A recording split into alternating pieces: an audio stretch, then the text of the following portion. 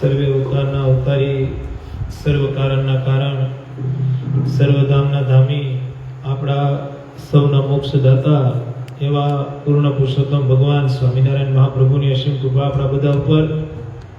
ભગવાન સ્વામિનારાયણના સ્થાને બિરાજમાન, વડતાલની ગાદીને શોભાવતા વડતાલ લક્ષ્મીનારાયણ દેવ પીઠાધિપતિ પરમ પૂજ્ય ધર્મ ધુરંધર 1008 આચાર્ય શ્રી અજેન્દ્ર પ્રસાદજી મહારાજના રૂઢ આશીર્વાદ સહ આજ્ઞાથી, તેમજ આપણા સૌના લાડીલા લાલ લાખો યના હાર એવા રાજ્ય મહારાજ શ્રી નગેન્દ્ર પ્રસાદજી મહારાજના રૂઢ આશીર્વાદ સહ આજ્ઞાથી, તેમજ સારા ધર્મકુળ પરિવારના રૂઢ આશીર્વાદ સહ આજ્ઞાથી, નંદ સંતો 500 પરમહંસોના રૂઢ આશીર્વાદ આપણા બધા ઉપર. અને વાતની વાતમાં અમારા સારાય કાનાબાર પરિવારને જેને ભગવાનની ઓળખાણ કરાવી છે એવા વેડી બિરાજમાન કાનાબારપુર રક્ષક કાનાબારપુર દેવ બારમી માતાજીના રૂઢ આશીર્વાદ અમારા ઉપર. અને જેની અમને સત્સંગનો રાહ દેખાડ્યો છે, જેની અમને સત્સંગમાં આગળ કર્યા એવા અમારા અમરાપુર નિવાસી ધર્મકોડા શ્રી પૂજ્ય નટુ બાબાના રૂઢ આશીર્વાદ અમારા ઉપર. અહીંયા બેઠા લાઈવના માધ્યમથી જે હરિભક્તો જોડાઈ જોડાવાના હોય બધા હરિભક્તોને ભાવથી ઘણા હેતથી એક ભગવાનના ભગતના દંડવત કરીને જય સ્વામી. 15-20 મિનિટ સભા મોડી ચાલુ કરી, એનું કારણ કે કવરેજ નેટનો પ્રોબ્લેમ હતો, પણ મોડી ચાલુ કરી તો મોડી પૂરી કરશું આપણે, પણ આખો શ્લોક પૂરો કરીને પાર થાવ. ભગવાનને આપણે બધા પ્રાર્થના કરીએ કે જ્યાં સુધી જીવાત્મા, આપણે કાલે વાત કરી કે જ્યાં સુધી ભજન નહીં કરે ત્યાં સુધી મુક્તિ નહીં મળે. આ લોકનું સુખ ઈ તો તણકલું છે, કીડીને કણ હાથીને મણ ઈ દેવા માટે ભગવાન તત્પર જ છે, ભગવાન દેવા માટે તૈયાર છે ને ઈ ભગવાનનો કોલ છે. પણ જ્યાં સુધી જીવને મુક્તિ નહીં મળે, જ્યાં સુધી જન્મ મરણના ફેરા નહીં ટળે, જ્યાં સુધી ભગવાનનો રાજીપો પ્રાપ્ત નહીં થાય ત્યાં સુધી બધું કરેલું વેઠે છે. ઓલા કુંભારની એક વાત છે, એક ગામની અંદર એક કુંભાર માટલા બનાવતો. વૈશાખ મહિનો હતો અને ત્યાંથી એક સિટીનો માણસ 4 વ્હીલ લઈને નીકળ્યો. જૂનો જમાનો એટલે હોટલો ને એવું નહીં, પાણીની તરસ લાગી હતી, ઉનાળો હતો ત્યારે એટલે એસી વાળી ગાડી નહીં, પણ સિટીનો માણસ, બહુ રૂપિયાવાળો માણસ, પણ પાણી તરસ લાગી, ક્યાંય એવી હોટલો નહીં, કાંઈ એવી કેન્ટીનો નહીં. આથી 25-30-40 વર્ષ પહેલાની વાત. હવે ગામમાં એક કુંભાર પોતાની નળિયાવાળી દુકાનમાં બેઠો હતો ને કુંભાર કામ કરતો હતો, માટલાને ઘાટ આપે ને એવી બધી કારીગરી કરીને દુકાન ખોલી અને માટલાને બધું વેચતો. એમાં એ આ સિટી વાળો નીકળ્યો. કુંભારની દુકાન જોઈ એટલે સહજ એમ કે કાંઈ પાણી પી લો, એટલે ગાડી રોકી, 4 વ્હીલ ગાડી રોકી અને કીધું ભાઈ મારે પાણી પીવું છે. એટલે કુંભારે, વૈશાખ મહિનો હતો અને એક માટલાની ઉપર કાપડું ઠંડુ ઢાંકીને અંદર ઠંડુ બરફ જેવું પાણી ભરેલું હતું, કળશો ભરીને સિટીના વ્યક્તિને આપ્યો. કળશો પીધો ને પેટમાં શાંતિ થઈ, કારણ કે તરસ લાગી હતી.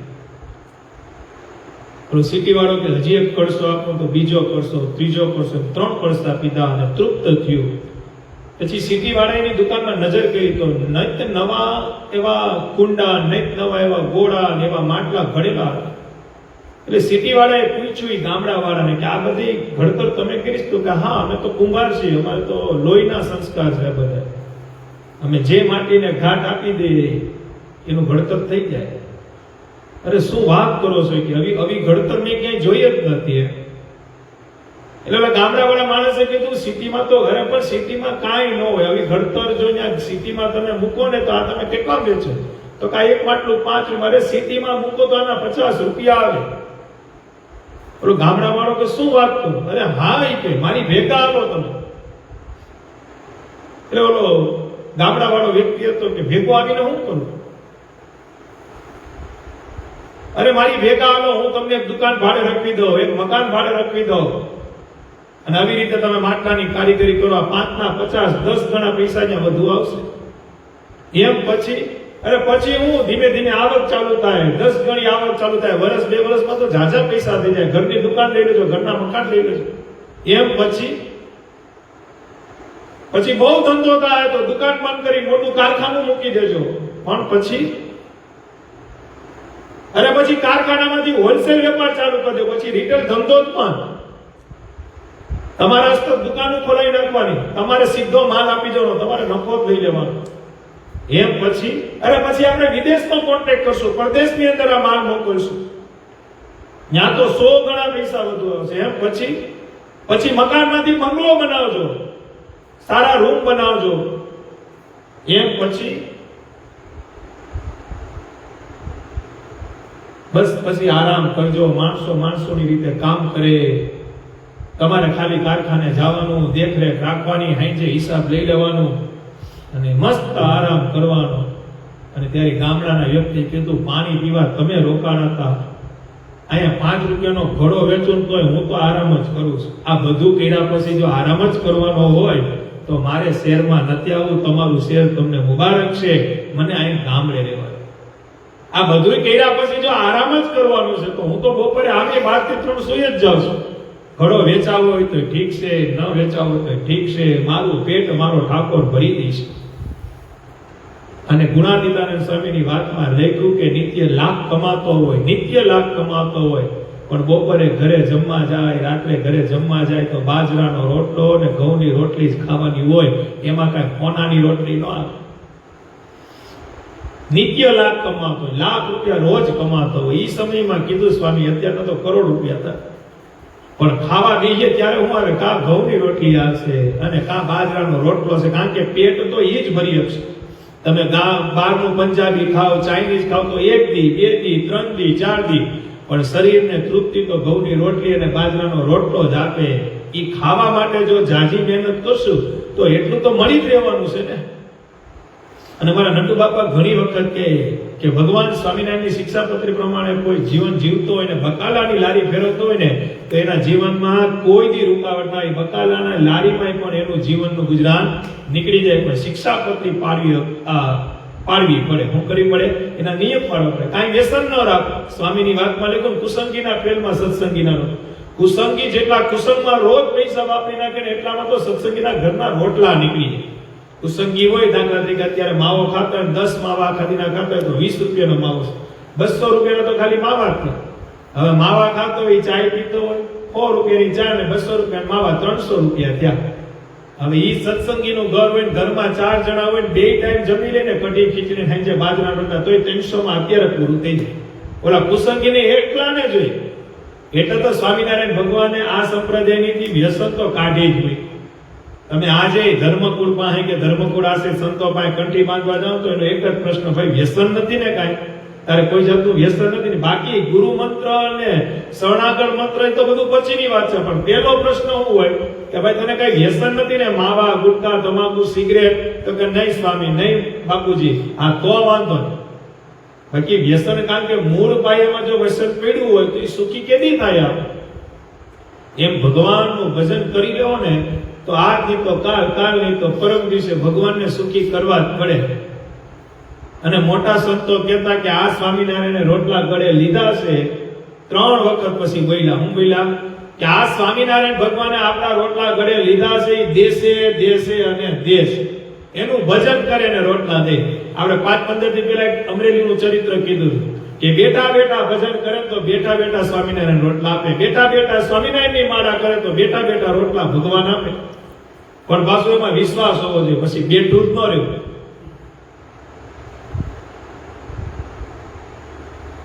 એક જૂનું પિક્ચર હતું કંઈક મિસ્ટર નટવરલાલ, મને ઘણા સમય પહેલા મેં સભામાં વાત કરી પણ મને યાદ છે.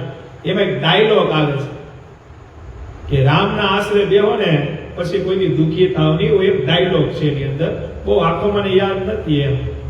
પછી એક કલાકાર હતા ને એમ કીધું કે રામના આશરે બેહો તો દુખી ન થાવ, 100%ની વાત છે. દુખી ન થાવ. રામ એટલે કે ભગવાનના આશરે બેહો તો કોઈ દુખી ન થાય. પણ હવારમાં ઉઠી પાછા તમે ખુરશી પર બેસી જાવ પછી તમારા ઘરના ને એમ કે આપણે તો રામના ભરોસે છીએ, આપણે થોડાક દુખી થવા, તો એ દુખી થાય કે ન થાય? રામના ભરોસે રહેવું એ 100%ની વાત છે. ભગવાન ભરોસે જ આપણું જીવન રાખવાનું છે. પણ આપણા લગ્ન થયા હોય કે આપણે કુંવારા હોય તો ધંધે જવું પડે ને. ત્યાં રામ ભરોસે હાલે? હે? રામના ભરોસે જગતમાં કોઈ દુખી જ નથી. રામના નામ પર તો પથ્થર તરી જાય અને તરેલા છે ને રામાયણની અંદર. પણ પુરુષાર્થ ઈ ગૃહસ્થનો પેલો ધર્મ છે. પુરુષાર્થ તો કરવો જ પડે. આપણે ભગવાન સ્વામિનારાયણના 30મા શ્લોકમાં પ્રવેશ કરીએ. થોડોક મોટો શ્લોક છે. 15 મિનિટ સભા પણ આપણે શું કહેવાય મોડી ચાલુ થઈ છે નેટને લીધે, અને અમારે બગસરાથી બધા ઓળખતા જઈશો, અહીંયા બેઠા એ તો બધા ઓળખતા હોય, પણ લાઈવ આ કોઈ ધર્મપુર આશ્રિતનો કોઈ પણ ગામ હોય, આ બે ભાઈઓને નામથી ઓળખે. અમારે અમરીશ ભગત અને ઘનશ્યામ ભગત. એમાં ઘનશ્યામ ભગત અમારે શાસન આજે 2 દિવસથી દર્શન કરવા આવ્યા છે ભગવાનના. અને જ્યારે આપણે સભા આજે વિરામ કરીએ એટલે એક કીર્તન એના મોઢે આપણે લાઈવમાં સાંભળવાનું છે, તો એ લાભે મળશે. અને ઘનશ્યામ અને અમારે અમરીશ ભગત આ બગસરાવની અંદર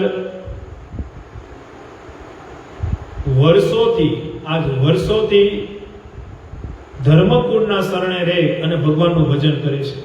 અને આપણે પૂર્વ ઇતિહાસની અંદર એવા ઘણા પરચા છે કે જેને ભગવાનનો પક્ષ રાખ્યો હોય. આપણે કાલે અર્જન પટેલની વાત સાંભળી કે અર્જન પટેલને વર્તમાન ધરાવ્યા હતા ને, ઈ સાધુ પાછા આવીને એમ કીધું કે સ્વામિનારાયણ ભગવાન નથી. એ અર્જન પટેલે એને દાંતરણું દેખાડીને કાઢી નાખ્યા. અને દાંતરણું દેખાડીને કાઢીને એમ કીધું કે અમારા સ્વામિનારાયણ એમ કીધું છે કે વર્તમાન ધારણ કરવા વાળા કોઈ તમને પાછા આવીને જો અમારું કઈ આડાહડું બોલે ને એમ કે સ્વામિનારાયણ ભગવાન નથી, તો એને એમ કેવું તમારું માથું ભરી ગયું છે. શું ભરી ગયું છે? એમ અમારે ઈ બગસરાની અંદર અમારે અમરીશ ભગત અને આખું બગસરા લગભગ બાજુમાં જૂની હળિયાર ઈ એવા હરિભક્તો હતા કે જે ભગવાનનો પક્ષ રાખીને બેઠા હતા. અને થોડાક સમય પહેલા આપણે બધાને ખબર છે ધર્મની થોડીક વાત થઈ, પણ ભગવાનનો અને ભગવાનના ભક્તોનો પક્ષ રાખી આ સત્સંગ ભુવન ઊભું કરી અને અત્યારે બગસરામાં અખંડ ભગવાનનું ભજન ચાલી રહ્યું છે. એટલે અમારે ઘનશ્યામને અને અમરીશ ભગતને તો લગભગ ગામો ગામ અહીંયા ભારતમાં નહીં પણ પરદેશમાં બધા ઓળખતા હોય.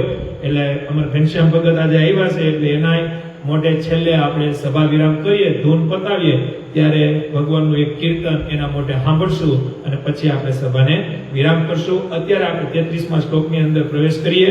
તો એમાં ભગવાન સ્વામિનારાયણ કહે છે કે લોકને શાસ્ત્રને તેમને મળમૂત્ર કરવાને અર્થે વર્જ્યા એવા સ્થાનક જે જીર્ણ દેવાલય તથા નદી તળાવના આરા તથા માર્ગ તથા વાવેલું ખેતર તથા વૃક્ષની છાયા તથા ફૂલવાળી બગીચા એ આદિક સ્થાનક તેમને વિશે ક્યારે પણ મળમૂત્ર ન કરવું તથા થૂકવું પણ નહીં. મળ એટલે સંડાસ અને મૂત્ર એટલે પેશાબ. ક્યાં ક્યાં કઈ કઈ જગ્યાએ મહારાજે ના પાડી? મહારાજ કે જે સ્થાનક જીર્ણ દેવાલય એટલે કે દેવ મંદિરનું સ્થાન હોય, નદી તળાવ હોય, આરો હોય, માર્ગ હોય, કોકનું વાવેલું ખેતર હોય, વૃક્ષની છાયા એટલે કોઈ ઝાડવું હોય એની નીચે, કોઈ ફૂલવાડી હોય, બગીચા હોય, એ આદિક જે સ્થાનક તેમને વિશે મારો આશ્રિત કોઈથી મળમૂત્ર ન કરે. એટલે કે પેશાબ કરવાય ન જાય, સંડાસ કરવાય ન જાય. મળ એટલે સંડાસ અને ત્યાં થૂકવું પણ નહીં. હવે કઈ જગ્યાએ મહારાજ કે પણ થૂકવો નહીં. સતાનંદ સ્વામી એના વિવેચનની અંદર વાત કરે છે કે શિક્ષાપત્રી તો એક માતા છે. માં જેમ બાળકને બધો ઉપદેશ આપે છે, માતા જેમ પોતાના બાળકને એક એક વાત શીખવાડે છે, એમ શિક્ષાપત્રી કોઈ બાબતને બાકી રાખતી નથી. એક એક બાબત છે કે માં સિવાય કોઈ ન સમજાય. ક્યાં મળમૂત્ર કરવા એ નાના બાળકને કોણ શીખવાડે? આપણે નાના હોઈએ ત્યારે આપણે બધા બચપનમાંથી નીકળેલા હોય, 4-5 વર્ષના એટલે આપણે સમજવા માંડ્યા હોય. જ્યારે આપણે 1 વર્ષ, 1.5 વર્ષ કે 2 વર્ષના હોય ત્યારે આપણે રાત્રે હોતા હોય તો પારણાની અંદર શું કહેવાય આપણે? હિંચકો. શું કહેવાય આપણે? હા, ઘોડિયાની અંદર. એ ઘોડિયાની અંદર આપણે મળમૂત્ર કરી લીધું હોય, અથવા ગાડલે આપણે હુડાવ્યા હોય તો ગાડલે આપણે મળમૂત્ર કરી લઈએ, ગોદડે સુવડાવ્યા હોય તો ગોદડે મળમૂત્ર કરી લઈએ. પણ જેમાં સમજણ થવા માંડે ત્યારે તરત આપણી માં એમ કહે કે જો તને મળમૂત્ર લાગે, તને બાથરૂમ જવું હોય કે છી જવું હોય તો તારે મને કહેવાનું, તારે મને રાઈડ પાડવાની. પછી એની માં એને લઈ જાય કે જો આવી રીતે તને જ્યારે પણ બાથરૂમ લાગે ને છોકરા દીકરા ત્યારે તારે અહીંયા ઈ શીખવાડે કોણ? ઈ આપણે આપણી માં શીખવાડે. એમાં શિક્ષાપત્રી છે ને માં, એને માનું વિરુદ્ધ મળ્યું છે. કારણ કે એક એક વસ્તુની ચોખવટ આમાં ભગવાન સ્વામિનારાયણે કરી છે.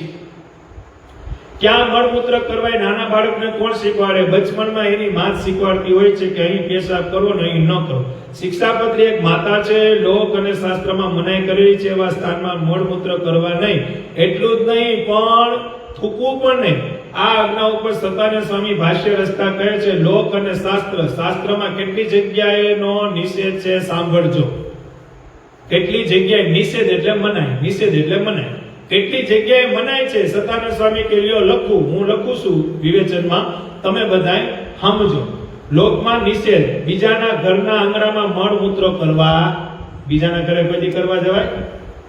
આપણું ઘર હોય, બીજાના ઘરે આપણે જાય, એની ડેલી પાસે આપણે મળ મૂત્ર કરીએ અથવા મૂત્ર કરીએ, અને પેશાબ કરવાની ટેવ તો લગભગ ને એવી ખરાબ જ હોય.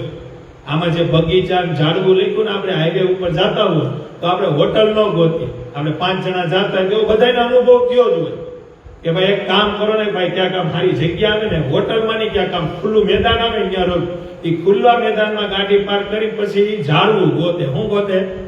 અને પછી ખોખારો ખાય. એવી માન્યતા છે કે ખોખારો ખાય અને મૂત્ર કરે, પેશાબ કરે. પછી આપણે પૂછીએ કેમ ભાઈ ખોખારો ખાધો? એમ તો કે ભાઈ છે ને આડાહડું કોઈ રખડતું હોય ને તો છટકી જાય. લે, ખોખારો છટકી જાય, એવી એક માન્યતા છે ને, ખાજો.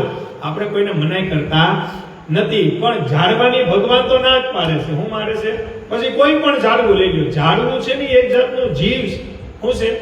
એક વખત એવો પ્રસંગ બનેલો, સંતોને મહારાજે આજ્ઞા કરી કે મહારાજ કે સંતો તમે જાઓ ગામડે વિચરણ કરો અને રોજના 5 વર્તમાન ધરાવવાના, 5 જીવને કંઠી બાંધવાની. શું બાંધવાની?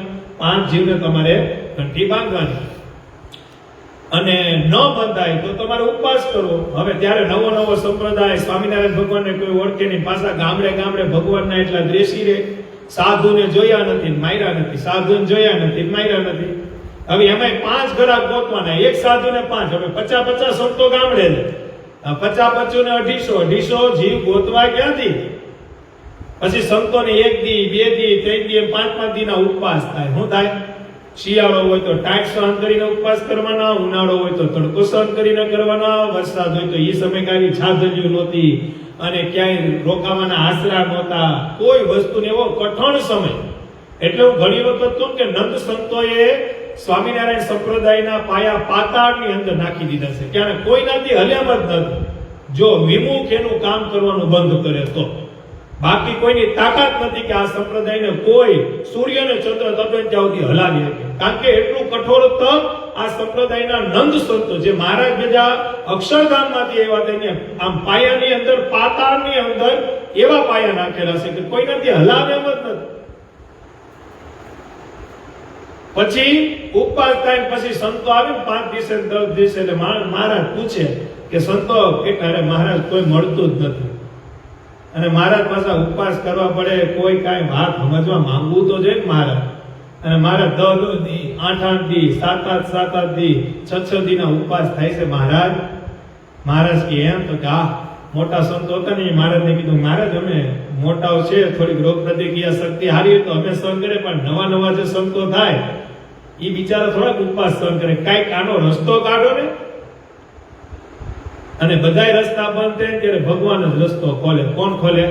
મહારાજ કે કાંઈ વાંધો નહીં, એનો રસ્તો છે આપણી ભાઈ. હું તો કે એક કામ કરો, તમારે આખા દિવસ મહેનત કરવાની, પુરુષાર્થ તો કરવાનો, જીવ ગોતવાના. ન મળે ને તો અંતે એક સાધુએ 5 ઝાડવાને વર્તમાન ધારણ કરાવી અને કંઠી પહેરાવી દેવી. શું કરાવી દેવી? 5 ઝાડવા ગોતી લેવાના. છેલ્લે ન મળે તો, મળે તો આખો દી મહેનત કરવાની, માણસો જ ગોતવાના. પણ ન મળે કદાચ તો છેલ્લે 5 ઝાડવા ગોતી ત્યાં પાણી રેડી અને વર્તમાન ધારણ કરીને એને કંઠી બાંધી દેવાની. હું તમને કોલ આપું છું મહારાજ કે જેને તમે કંઠી બાંધશો એ બધાય ઝાવડાનો ઉદ્ધાર કરવા માટે હું એને સત્સંગમાં પાછો જન્મ ધારણ કરાવી, અમારું ભજન કરાવીને ઝાડવાને હું માણસ બનાવીને છેલ્લે અક્ષરધામ આપી. હું આપી, કારણ કે ઝાડવું છે એક જાતનું જીવ. પછી વડલો હોય, પીપળો હોય, તુલસી હોય કે આંબો, એ એક જાતનો જીવ છે. એ નિર્જીવ વસ્તુ નથી, એ સજીવ વસ્તુ છે. જે મહારાજે કીધું તું ઝાડવાને પણ તમારે કંઠી છેલ્લે બાંધી દેવી, એમ ભગવાન આમાં આપણે ઝાડવાય પેશાબ કરવાની ના પાડે છે. આવી ટેવ ઘણાને હોય, અહીંયા બેઠા હોય એને હોય, ઓનલાઈન સાંભળતા હોય એને હોય, અને ઘણી વખત અમે ક્યાંક જાતા હોય તો ઘણી વખત અમારાથી પણ એ ભૂલ થઈ જતી હોય. એટલે એવી જો કે ભૂલ થતી હોય તો આજથી એવો સંકલ્પ કરો કે કોઈ ઝાડવે, કોઈ બગીચે કોઈ દિવસ પેશાબ કરવા જાઓ. અને અત્યારે તો તમે અહીંથી તમને એમ થાય કે મારે વડતાલ દર્શન કરવા જાવ તો અહીંથી તમે 30 કિલોમીટરે 15 કિલોમીટર એવી હોટલો આવે કે તમારે નાવું ધોવું હોય તો હોટલમાં વ્યવસ્થા થઈ જાય. શું થઈ જાય? આ તો જૂના જમાનાની વાત છે. અત્યારે તો કેવી ફેશનેબલ છે, ગમે હોટલમાં જાઓ તો રૂમ ન હોય ને એનાથી હારા તો સંડાસ બાથરૂમ હોય. શું હોય? એટલે હવે કોઈને ટેવ હોય કે ગમે ત્યાં જઈ અને પેશાબ પાણી કરી લેતા હોય તો આજથી એવો નિયમ બધા લેજો કે પેશાબ પાણી આડાહોળી જગ્યાએ કરશું નહીં. કોઈની આંગણામાં આપણે મળમૂત્ર કરવા નહીં, કચરો પણ નાખવો નહીં. આપણે તો એવી ટેવ છે કે પોતાનું આંગણું વાળીને પછી જો કોઈ દેખતું ના હોય તો સામાના બાણે કચરો નાખી આવી. આવું બધાની હારે થતું હોય. ઘર હોય બાજુમાં રહેતા હોય તો પછી વાળતા હોય ને તો પછી તો ડસ્ટબિન નો ઉપયોગ એની સીધો હામેનો માર દે. હું માર દે? પવન આ બાજુ હોય તો આની ડેલીમાં જાય, પવન આ બાજુ હોય તો આની ડેલીમાં જાય. ભગવાન આમાં વિવેક શીખે છે. મહારાજ કે આવી રીતે કચરો હોય એનો ભેગો કરીને ડસ્ટબિનમાં નાખી દો. ઓલી 15મી ઓગસ્ટ હતી ત્યારે મેં વાત કરી કે ભારત માટે બીજું કઈ કરીએ કે ન કરીએ પણ એટલો તો સંકલ્પ કરો કે આપણા ઘરનો કચરો આપણે આપણા ડસ્ટબિનમાં નાખશું. બહાર રોડ ઉપર કચરો ન નાખો તો ભારતમાંની સેવા છે. કેની સેવા છે? એ એક ભારતમાંની સેવા છે. બીજું કાંઈ આપણે આર્મીમાં તો જઈ નહીં શકીએ કે બીજી કાંઈ સેવા આપણે નહીં કરી શકીએ, પણ આ સેવા તો કરી શકશું કે આપણા ઘરનો કચરો આપણા ઘરના ડસ્ટબિનમાં નાખી દે, રોડને નુકસાન ન કરીએ. એ એક ભારતમાંની સેવા છે. કેની સેવા છે? અને આમાં સતાનંદ સ્વામી ચોખ્ખું કે કોકના આંગણે કચરો ન ખાય નહીં. તો બીજાના આંગણામાં બીજાની માલિકીમાં મકાનમાં ક્યાંય કચરો નાખવો નહીં, મળમૂત્ર કરવા નહીં. રાજકીય સ્થાન હોય, રાજકીય સ્થાન એટલે કે કોઈ ઓફિસ હોય, કોઈ પોલીસની કચેરી હોય, થાણું હોય, મળમૂત્ર કરવા બેસવું નહીં. કોઈ હથિયારધારી રહેતો હોય એના ઘર પાસે પણ મળમૂત્ર કરવા બેસવું નહીં. ન જાણે ક્યારે ભડાકો કરે. કોઈ એવા પાણીયારા હોય, કોઈ એવા માથાભાઈ હોય અને કાયમી ન બોલતા હોય, કચરો નાખતા હોય કે તમે પેશાબ કરો કાંઈ પણ કંઈક એનો મગજ છે તો ભડાકે દીધો હોય તો રામ રમી જાય ને આપણા. એટલે સતાનંદ સ્વામી મહારાજની આજ્ઞાથી આપણે વિવેક શીખવે છે. આ વિવેક ઉપર ધ્યાન દેવું. ન જાણે ક્યારે ભડાકો કરે એ કંટાળ્યો હોય કે રોજ અહીં મારા ઘર આગળ રાતના 2 વાગે બગાડી જાય છે અને એક દાડો જો જાગતો બેસે તો શું દશા થાય? ત્યાં પણ કોઈ દિવસે મળમૂત્ર કરવા બેસવું નહીં. શાસ્ત્ર નિષેધમાં ગાયોનો સમુદાય હોય, ગાયોનું ટોળું હોય ત્યાં મળમૂત્ર કરવા બેસવું નહીં. ગૌશાળામાં મળમૂત્ર કરવા બેસવું નહીં. વલ્મીક એટલે કે કોઈ જંગલમાં વાડીમાં કોઈ દર હોય ત્યાં દર પાસે મળમૂત્ર કરવા બેસવું નહીં. આ બધી આજ્ઞાઓ વિચારો તો તમને એમ લાગશે કે આપણા હિત માટે જ છે. દર એટલે કે જંગલની અંદર ઢોરા જેવું હોય. આપણે સાસણમાં બધાને ખબર હોય એમ રાફડા જેવું હોય. શું હોય? એ રાફડા ઉપર ઘણાને પેશાબ જંગલમાં ગયા હોય તો પેશાબ કરે, પણ એ રાફડાની અંદર હજારો લાખો જીવ રહેતા હોય, જેમાં નાગ રહેતા હોય, હરપ રહેતા હોય, નાના નાના જીવ જંતુ રહેતા હોય. અને પેશાબ વસ્તુ એવી છે કે માણસનું પેશાબ છે ને એ કોઈ જીવ ઉપર પડે ને, નાની નાની કીડી કે મકોડા ઉપર, એટલે એ ન્યાય જ મરી જાય. એટલે એનું પાપે તમને લાગે. એટલે મહારાજ આપણા હિત માટે આજ્ઞા કરે છે, નિષેધ કરે છે. તો ભગવાનને આમાંથી આપણી પાસે કઈ 5-25 નો ફાળો નથી જોતો. પણ હું ઘણી વખત તો આ શિક્ષાપત્રી એ ભક્ત હિતાવહ શિક્ષાપત્રી નથી. ભક્ત હિતાવહ કોને કહેવાય? કે મહારાજે હું લખ્યું કે ભક્ત હિતાવહ નથી. એમ આ ભક્ત હિતાવહ એટલે કે એના ભક્તો માટે નથી. મહારાજે એવું લખ્યું સર્વજીવ હિતાવહ. આ શિક્ષાપત્રી કોઈ પણ માણસ કહેવાતો માણસ, જીવ પ્રાણી જો આ શિક્ષાપત્રી પ્રમાણે વર્તે તો આ લોકમાં સુખી, પરલોકમાં સુખી. બધાય માટે લખી છે. મહારાજ આમાં એમ નથી મહારાજ આશ્રિતો, મહારાજ ભક્તો નહીં. મહારાજ કે સર્વ જીવિતા. જો આપણા માટે જ લખી હોત કે સ્વામિનારાયણના સત્સંગી માટે જ લખવી છે તો ભક્ત હિતાવહ લખત. શું લખત? પણ મહારાજે ભક્ત હિતાવહની સર્વ જીવિતા, સર્વ એટલે સર્વ, જગત આખું, વિશ્વ આખું, કોઈ પણ આ શિક્ષાપત્રી વાંચે અને એનું પાલન કરે એટલે એનો બેડો પાર. સર્વ જીવિતા એટલે કોઈ એવું દર હોય, જંગલ હોય, જંગલની અંદર વાડી હોય તો મહારાજ એમ કહે છે કે મારો આશ્રિત. ગૌશાળા હોય, ગાયોનું ટોળું હોય, ગાયો દેખતી હોય. દાખલા તરીકે 25 ગાયો ઊભી છે અને આપણે એક જગ્યાએ બાથરૂમ કરવા રોકાણા, પેશાબ કરો તો ગાયોની દેખતા પણ પેશાબ ન કરો. ગૌશાળામાં ન કરો. ગૌશાળાની જગ્યા હોય ત્યાં ન કરો. કોઈ જંગલની અંદર વાડી હોય ત્યાં ન કરો. જંગલની અંદર દર હોય, કોઈ રાપડા જેવું હોય જેને નીચે ભૂ કહેવાય, ભૂ જેવું મકાન હોય, કીડી મકોડાનું રહેવાનું, તો ત્યાં પણ મારા આશ્રિતે કોઈ દિવસ મળમૂત્ર કરવો નહીં. વાડીમાં કોઈ દર હોય ત્યાં દર પાસે મળમૂત્ર કરવા બેસશો નહીં. આ બધી આજ્ઞાઓ વિચારો તો તમને એમ લાગશે કે આપણા હિત માટે છે. આ બધી આજ્ઞાઓ કરીને આપણા ઉપર એવો કોઈ બીજો નથી નાખી દેતા, પણ આ તો આપણી સલામતી માટેની, સુખ માટેની બધી આજ્ઞાઓ છે. કોઈ મોટો રાફડો હોય, દર હોય, તમને ખ્યાલ ન હોય, તમે જોયા વગર દર ઉપર બેસી જાઓ અને ઓચિંતો સપ પડી જાય તો આમાં તો બે ફાયદો છે. કોઈ એવો દર હોય, રાફડો હોય, એ રાફડા પર તમે બાથરૂમ કરતા હોય, પેશાબ કરતા હોય, સતાનંદ સ્વામી કે તેમાં બે જોખમ છે. ઈ સર્પ હોય, કીડી મકોડા હોય, એ તમારા પેશાબના બોજ રૂપીથી મરી પણ જાય એટલે ઈ પાપે લાગે. કદાચ મરેની અંદર હરફ હોય, બહાર નીકળીને પગમાં ડંખી લે તો તમારા રામ રમી જાય. નુકસાની તો બે પર ન્યા પેશાબ કરવામાં આપણી છે. સતાનંદ સ્વામી કે કોઈ હરફ હોય અને કરી જાય તો માટે વલ્મીક એટલે કોઈ પણ રાફડો હોય, દર હોય ત્યાં મળમૂત્ર કરવા બેસવું નહીં. નદી હોય, વિશાળ તળાવ હોય, તેમાં ક્યારે પણ મળમૂત્ર કરવા નહીં. રાખનો ઢગલો પડ્યો એમાં મળમૂત્ર કરશો નહીં. કોઈ એવો ખાડો હોય કે જેમાં ઝીણી જવાર ખતબત્તી હોય તો એમાં પણ મળમૂત્ર કરવા બેસવું નહીં. ચંદ્ર અને સૂર્ય સામું જોઈને મળમૂત્ર કરશો નહીં. આમાં જો કેવો વિવેક આવ્યો કે જ્યાં સૂર્ય દાદાના, સુરત દાદાના દર્શન થતા હોય, ચંદ્રમાના દર્શન થતા હોય તો ન્યાય પણ મળમૂત્ર કરવો નહીં. કેટલી સરસ આજ્ઞા! આપણા હિત માટે મહારાજે બધું લખી જ નાખ્યું, કઈ બાકી જ નથી રાખ્યું. એટલે આવી કોઈને ટેવ હોય, સત્સંગી હોય, એને તો આ ટેવ ન જ હોય. સૂર્યનારાયણ દેખાતા હોય, ચંદ્રમા દેખાતા હોય તો ન જ કરતા હોય. પણ એવી ટેવ સત્સંગી થયા પછી પણ જો આવી ટેવ હોય તો કાઢવાની આપને પાછી ભગવાન સ્વામિનારાયણ યાદી આપે છે. હું આપે છે? કારણ કે શાસ્ત્રો છે, હરીશો છે. તમે જેવા છો ને એવું હામું આપે. હું આપે? આમાંથી આપણે આપણી ભૂલ સ્વીકારી લેવાની છે. આમાં હામું નથી થવાનું. આપણે નિયમ પાડતા હોય તો વિશેષ છે, બહુ સારું છે. પણ ન પાડતા હોય તો આમાં જે નિયમ આવતા હોય નિયમ પાડવાનો આગ્રહ રાખો.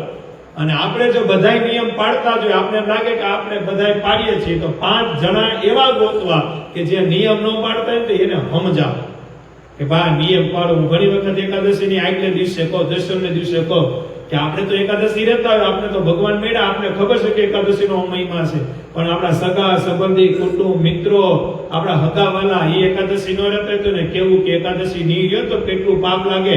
એકાદશી રહ્યો ભગવાન રાજી થાય. ઈ એકાદશી રે એનું પુણ્ય એને તો મળે, પણ પ્રેરણા કરવા વાળાને પણ મળે. નફો કેવો? નુકસાની તો નથી.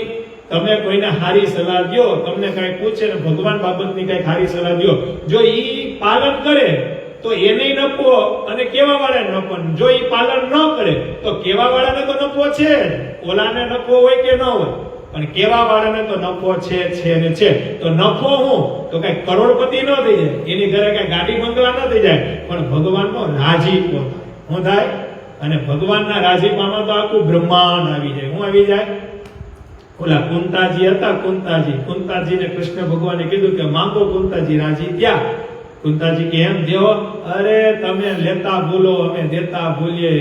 ન દો તો 14 ભુવનનો નાથ ન કહેવાય. માંગો બહુ રાજી. કુંતાજી કે પણ દેવું પડશે. અરે પણ માંગો. હું જશોદાનો લાલો બોલું, નંદનો લાલો બોલું, એમાં ન ફેર પડે. અને ત્યારે કુંતાજી કીધું દેવું હોય તો દુઃખના ઢગલા દ્યો. હું દ્યો? દેવું હોય તો દુઃખના ઢગલા દ્યો. કૃષ્ણ ભગવાન કે ઈ તો તારી પાસે છે, ઈ ક્યાં માંગવાનું છે? અને તને દેનારો કોઈ સામાન્ય માણસ નથી. 14 ભુવનનો નાથ તને એમ કહેશે કે માંગ. દુઃખ તો તારી પાસે છે, બીજું કઈક માંગ, સુખ માંગ, સમૃદ્ધિ માંગ, શાંતિ માંગ. નહીં આપવું હોય તો દુઃખ છે એનાથી વધુ દુઃખ કરો. અરે પણ કેમ? તો કે સુખ આપશો ને તો તમે આઘા પૈયા જાઓ, દુઃખ હશો તો નિરંતર હું તમારું ભજન કરતી રહે. હું કરતી રહે. અને આપણે સુખ ગોતવા નીકળ્યા છે. આપણે હું ગોતવા નીકળ્યા? આપણે કીર્તન છે દેવાનંદ સંત. સુખ સપના જેવું છે આ સંસારનું રે. સુખ આ સપનાનું સપના જેવું છે. આપણે રાત્રે 2 વાગે સપનું આવ્યું તો 2 વાગે સપનામાં આપણે અમેરિકામાં ફરતા હોઈએ. ક્યાં ફરતા હોઈએ? સવારમાં ઉઠીએ ત્યારે ખબર પડે કે આપણે 9x12 ના રૂમની અંદર જ છે. ક્યાં છીએ? સપનામાં તો આપણે અમેરિકા જઈ શકીએ, ઓસ્ટ્રેલિયા જઈ શકીએ, નરેન્દ્ર મોદી એને ફોટા પડવી શકીએ, આપણે બધું કરી શકીએ સપનામાં, કારણ કે તો આપણું પર્સનલ મેટર છે ને. પણ ઉઠીએ ત્યારે ખબર પડે કે આપણે સવારમાં હળ આપવા જવાનું છે. ક્યાં જવાનું છે? કે 500 રૂપિયા મજૂરી જવાનું છે, કે હોટલે આપણે બધાને જમાડવા જવાના છે. જેનો જે ધંધો હોય ભગવાન આપ્યો હે. કીર્તન ની અંદર દેવાના સાહેબ બોલે, સુખ સપના જેવું છે આ સંસારનું રે, હે જેને જાતા ન લાગે વાર, અંતકાળે સગો નહીં કોઈનું રે. એને જાતા વાર લાગે, સંસારના સુખને કેટલી વાર લાગે. શિયાળો હોય તો કેવી મજા આવે હોવાની રાતે, બધાને કેવી મજા આવે. અને પ્રકૃતિનો નિયમ છે, શિયાળામાં જે બ્લેન્કેટ તમને એવો ગમતો હોય કે આમ બ્લેન્કેટ આમ જોતા રાજી થઈ જાવ શિયાળા, ઈનો ઈ બ્લેન્કેટ વૈશાખ મહિનામાં તમને કોક આપે તો એમ થાય કે હળગાવી નામ.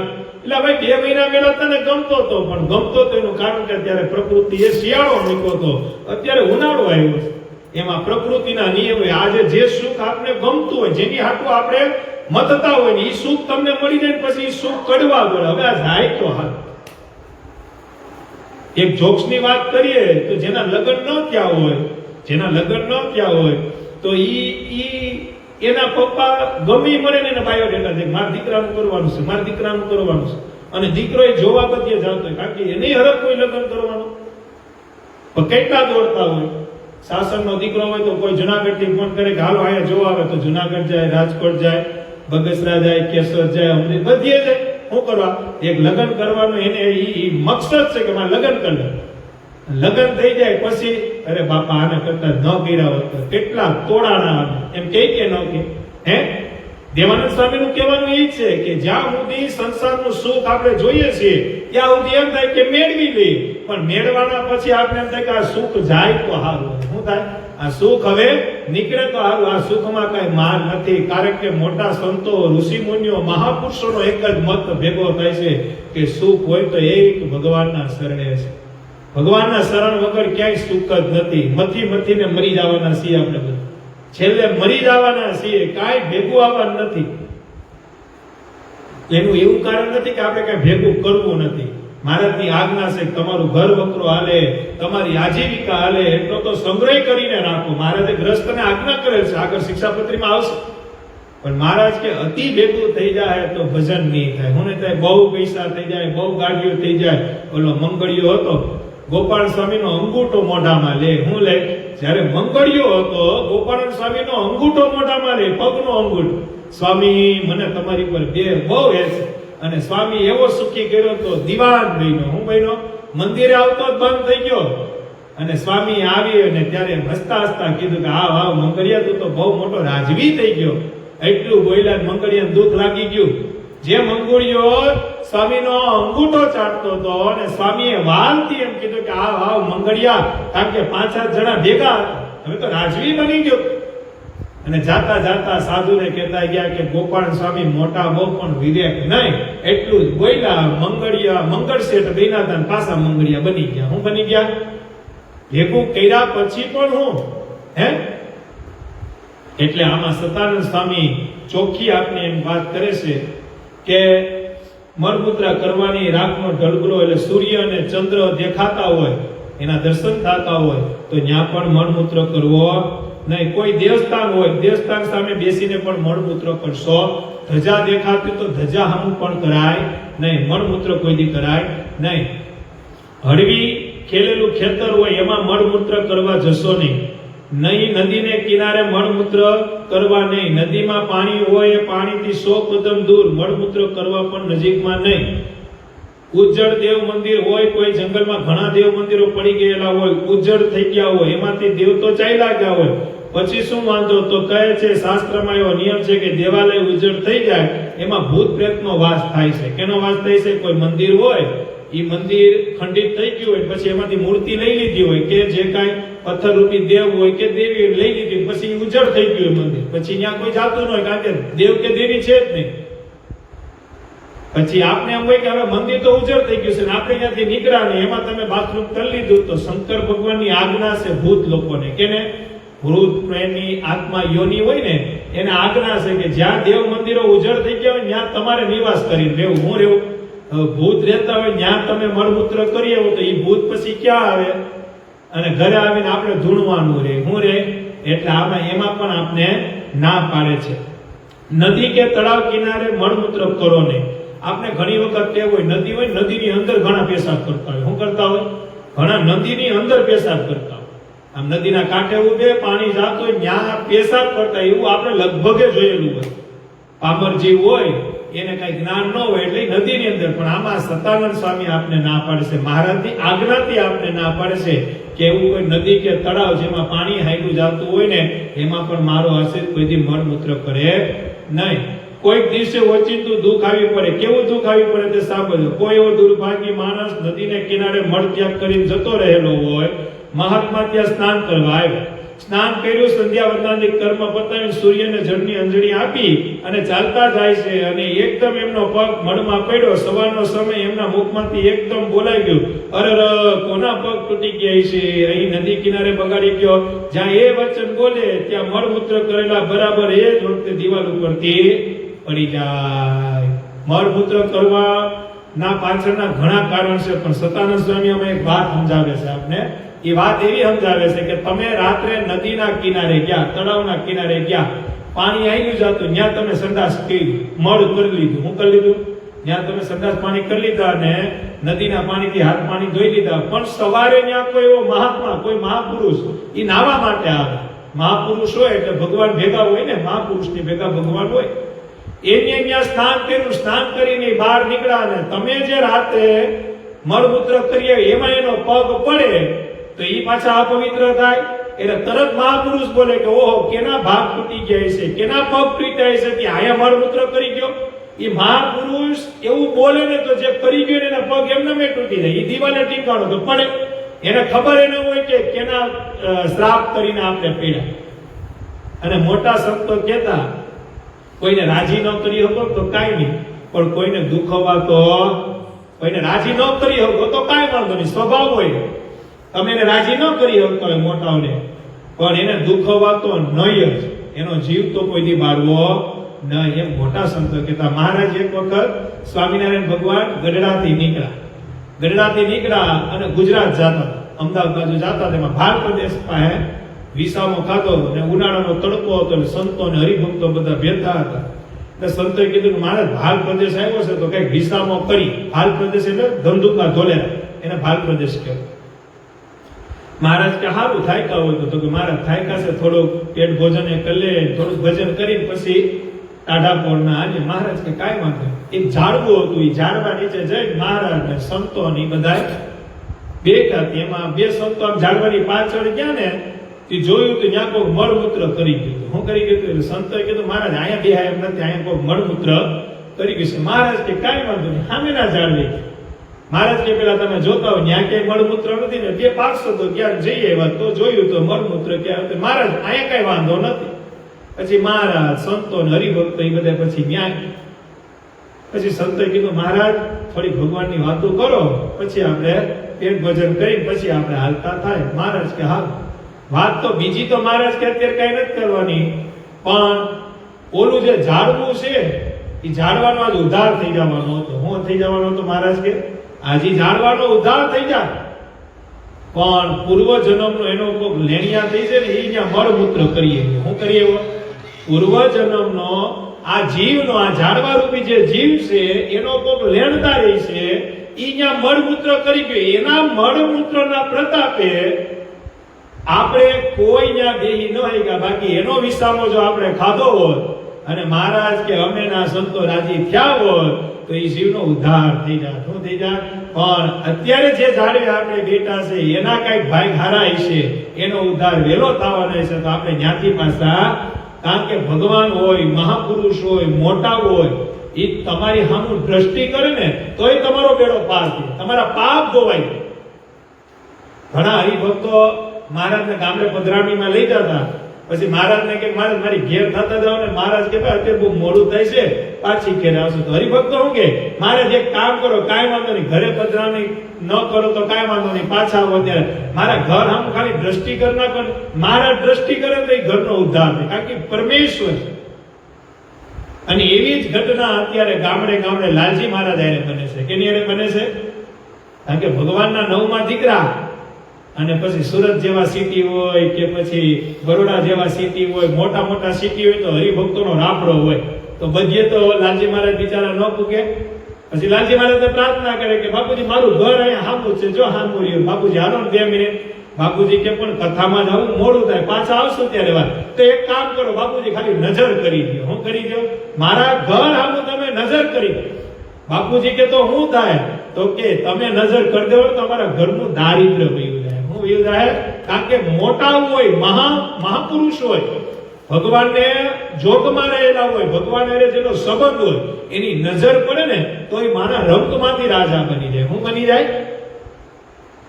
એટલે સ્વામિનારાયણ ભગવાનના ચરિત્રમાં એમ કહે છે કે ઝાડવાના કોઈને ઘટ્યા, બાકી આ ઝાડવાનો ઉદ્ધાર થઈ જાય. શું થઈ જાય? એમ ભગવાન સ્વામિનારાયણ આપને એમ કહે છે કે આડાઅવળી જગ્યાએ મળમૂત્ર કરવા નહીં.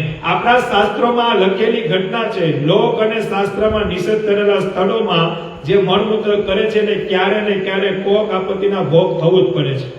મળમૂત્રની બાબતમાં હવે સ્વામી કહે છે ઊભા કોઈ દિવસે મળમૂત્રનો ત્યાગ કરવો નહીં. અત્યારનો પહેરવેશ એવો વિચિત્ર થઈ પડ્યો કે ઊભા મળમૂત્ર કરવું અનુકૂળ લાગે છે, પણ શાસ્ત્ર કહે છે કે ઊભા મળમૂત્રનો ત્યાગ કરવો એ ખરાબ ટેવ છે. ત્યાં છાંટા ઉડે, દુર્ગંધ ફેલાય, એના વસ્ત્ર જ અપવિત્ર થઈ જાય છે. પછી એ જય સ્વામિનારાયણ કહીને સંતોને પાસે બેસે ત્યારે એના વસ્ત્રોમાં જ્યાં ને ત્યાં મળમૂત્રના છાંટા ઉડેલા જ હોય. એવા અપવિત્ર વસ્ત્રો પહેરીને મંદિરમાં જઈએ, માળા ફેરવીએ, સભામાં બેસીએ, સંતોનો સ્પર્શ કરીએ તે બરાબર નથી. માટે બેસીને મળમૂત્રનો ત્યાગ કરવો, અને મળમૂત્ર કરવા જવું ત્યારે બને તો માથું ઢાંકીને મળમૂત્ર કરવા, ખુલ્લા માથે મળમૂત્રનો ત્યાગ કરવો નહીં. આમાં સતાનંદ સ્વામી એવી આજ્ઞા કરે છે જે અત્યારના સંદર્ભમાં પાડવી બહુ અઘરી છે. મળ અને મૂત્ર, મળ છે એટલે સંડાસ, તો આમાં જે બેઠા એ તો બધા એ નિયમ તો ન પાડવો હોય તો બધાય પાડતા હોય કે બેઠા સંડાસ. મળ એટલે સંડાસ. હું આ થોડુંક ગુજરાતીમાં વાત કરું, એનું કારણ છે મળમાં બધાય ન ખબર પડતી. મળ એટલે સંડાસ. આમાં તો મળ અને મૂત્ર બે બેઠા કરવાની આજ્ઞા છે. કેવી આજ્ઞા છે? મળ અને મૂત્ર એ બે બેઠા. એમાં મળ તો હેંજા, એ તો આજ્ઞા ન કરો તોય બધાને બેઠા જ છે. પણ મૂત્ર વસ્તુ એવી છે કે લગભગ ને ઊભા કરવાની ટેવ હોય. પેશાબ તો લગભગ બધાય ત્યાગ કરે પેશાબનો, ત્યારે તો ઊભા સહજ ઊભા પુરુષ વ્યક્તિ હોય, આપણે પુરુષ માણસો હોય તો ઊભા સહજ અહીં બેઠા એ લગભગ સહજ હોય. હું હોય તો એવી ટેવ પેલા આપણે પાડવાની જરૂર છે. ઓનલાઈન સાંભળે એ બધા તો પાડજો, પણ અહીંયા બેઠા એને પણ. એનું કારણ છે સતાનંદ સ્વામી કે ઊભા મૂત્રનો ત્યાગ કરો તો એના છાંટા સામે લાદી હોય, દિવાલ હોય કે જમીન હોય, એના છાંટા ઉડે લઈ તમારા કપડામાં ઉડે. ભલે આપણે કોગળા કરી લઈએ, આપણે સામે સંપ્રદાયમાં તો ટેવ જ છે બધે કે પગ આપણે મૂત્ર ત્યાગ કર્યા પછી આપણે પગ ધોઈ નાખીએ, કોગળા 4 વખત કરી નાખીએ તો આપણે પવિત્ર થઈ જાય. પણ જે મૂત્ર પેટમાં ઉડ્યું હોય અથવા તમે લેંગો પહેર્યો હોય એમાં પણ ઉડ્યું હોય ને, ઈ તો પવિત્ર નથી થવાનો તરત. જો બેઠા ત્યાગ કર્યો છે તો પવિત્ર થાય, પણ ઊભા ત્યાગ કર્યો છે તો પવિત્ર થાય નહીં. કારણ કે છાતા પેટમાં તો ઉડ્યા હોય, અને ઈ છાતા પવિત્ર ન થયા હોય, અપવિત્ર ઈ છાતા તમે પાછા મંદિરમાં આવો, મંદિરમાં આવીને તમે ભગવાનના દર્શન કરો, અથવા ગૌમુખી લઈને માળા કરો, અથવા તમે કઈ કથા વાર્તાની બુક લ્યો, અથવા તમે કીર્તનની બુક લ્યો, તો એ બધી વસ્તુ પાછી થોડી ઘણી એનો તમને થોડો દોષ લાગે છે. એટલે શક્ય હોય તો મળનો ત્યાગ તો આપણે બેહીને કરતા જ હોય બધાય, પણ મૂત્રનો પણ ત્યાગ બેહીને થાય એવી સતાનંદ સ્વામી આપને આજ્ઞા કરે છે. જો શક્ય હોય તો બધાય આ પણ સંકલ્પ કરજો કે મૂત્રનો ત્યાગ કરશું ત્યારે બેહીને કરશું. અને મૂત્ર ત્યાગ કર્યા પછી પગ ધોવા એ ફરજિયાત છે. મળનો ત્યાગ કર્યો હોય ત્યારે તો પગના નખથી માંડીને શિરની શિખા સુધી નાવું તો પડે. ન નાય તો ત્યાં સુધી અપવિત્ર થઈશ. એટલે મળનો ત્યાગ કર્યા પછી તો નાવું જ પડે. અને એમાંય નાવાના પ્રકાર હોય.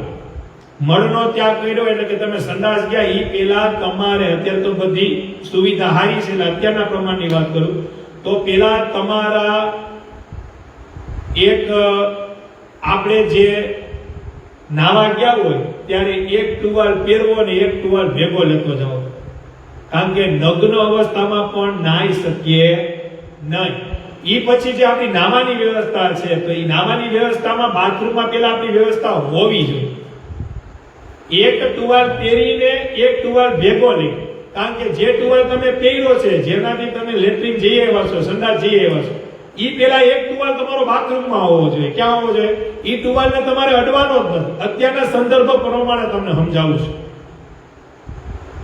એટલે એક ટુવાલ તમે બાથરૂમમાં મૂકતા આવ્યા છો, એક ટુવાલ પહેરી તમે સંડાસ ગયા, પછી બહાર નીકળ્યા પછી આપણે 17 વખત હાથ ધોવાના હોય. કદાચ ઈ નિયમ કોઈ પાડતું ન પાડતું એવું પણ બનતું હોય, પણ પાવડર થી હાથ ધોવો એવો નિયમ તો રાખો. હાબુનો ઉપયોગ ન કરો. હું ન કરો?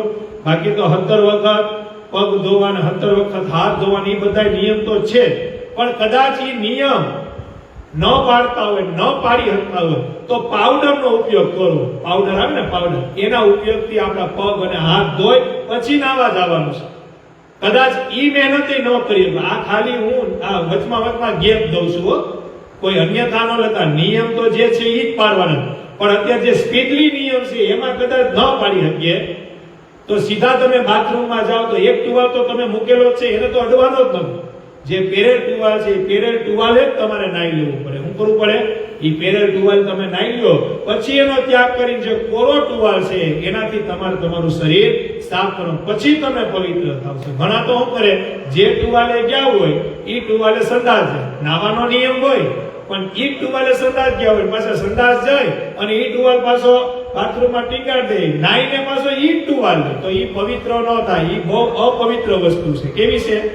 એટલે સંડાસ પાણી જઈને જેને નાવાની ટેવ ન હોય એને તો ફરજિયાત નાવું. દિવસમાં 3 વખત કદાચ સંડાસ પાણી જવું હોય તો 3 વખત નાવ. અને નાવાનું કઈ રીતે? પાછું પગના નખથી માંડી શિરની શિખા ઈ આખું પલરવું જોઈએ. માથું પલરવું જ જોઈએ. વાળ હોય એ પલરવા જ જોઈએ. આખું શરીર પલરવું જોઈએ. ત્યારે તમે ઈ મળનું જે કઈ અપવિત્ર વસ્તુ તમને લાગી છે ઈ ત્યારે પવિત્ર થાય છે. શું થાય છે?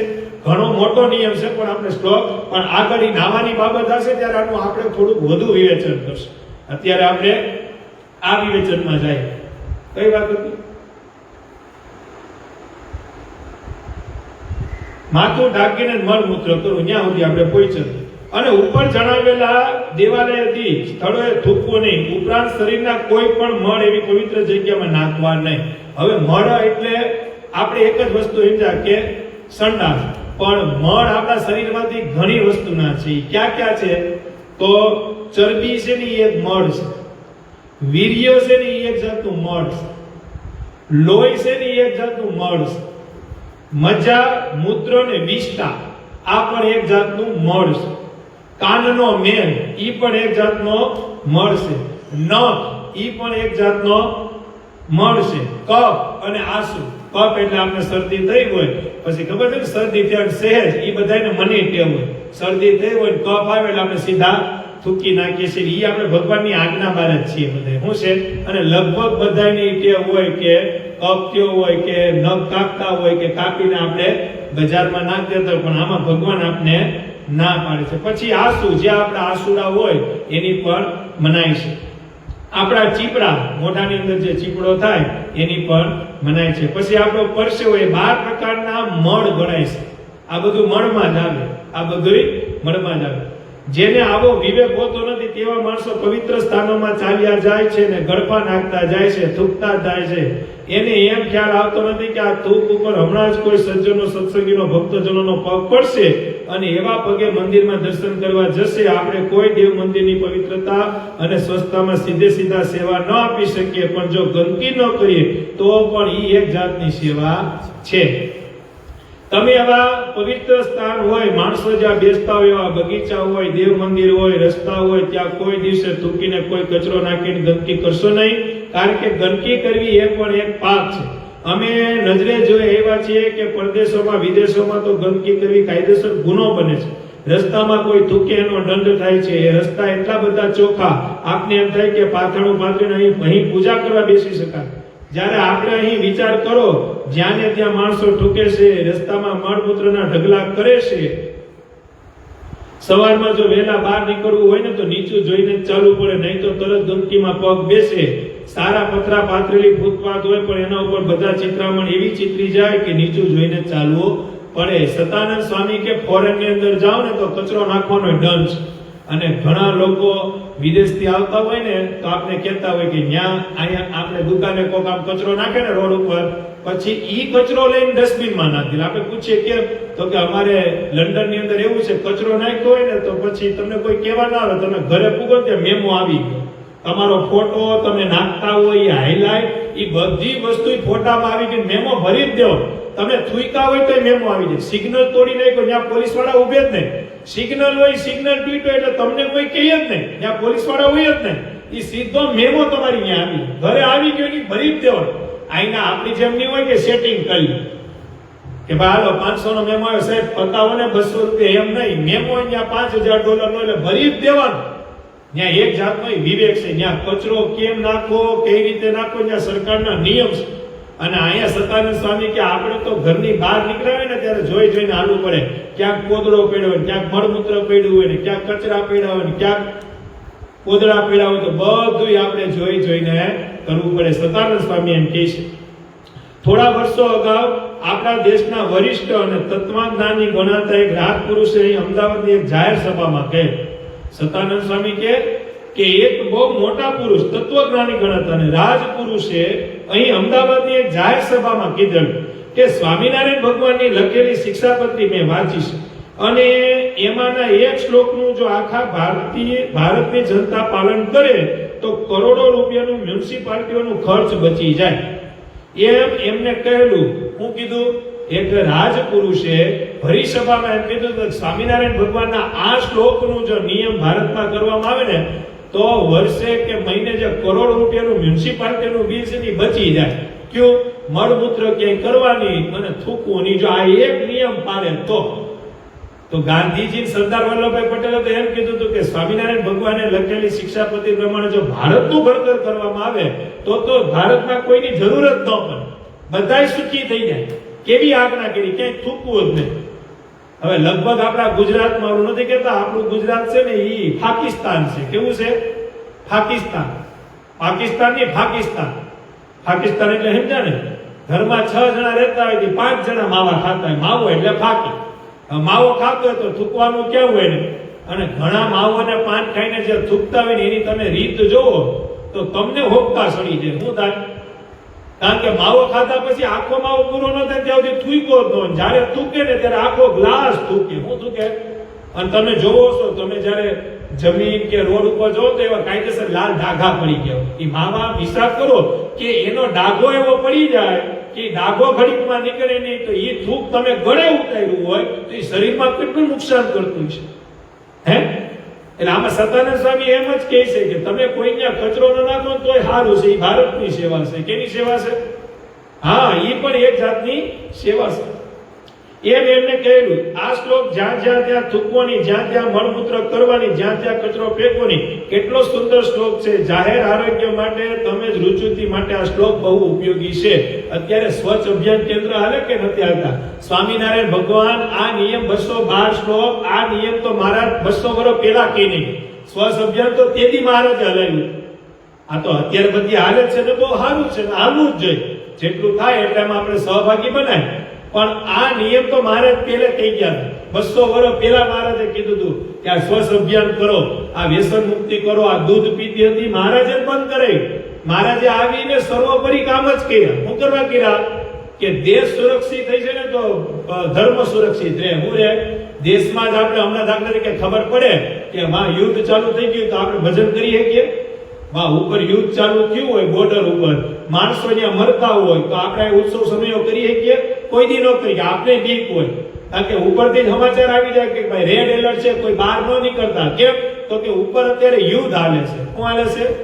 પણ ઉપર જો સારી સિચ્યુએશન હોય તો આપણે બધા ભજન કરી શકીએ, ધંધો કરી શકીએ, લગ્ન પ્રસંગમાં જઈએ શકીએ. શું કરવા? કે ઉપર સિચ્યુએશન સારી છે.